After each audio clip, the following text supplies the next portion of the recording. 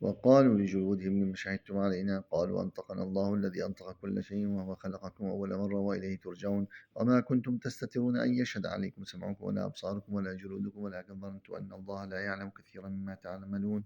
وذلك ظنكم الذي ظننتم به ربكم فأرداكم فأصبحتم من الخاسرين فإن يصبروا فالنار مثوى لهم وإن يستعتبوا فما هم من المعتبين فقيضنا لهم قرناء فزينوا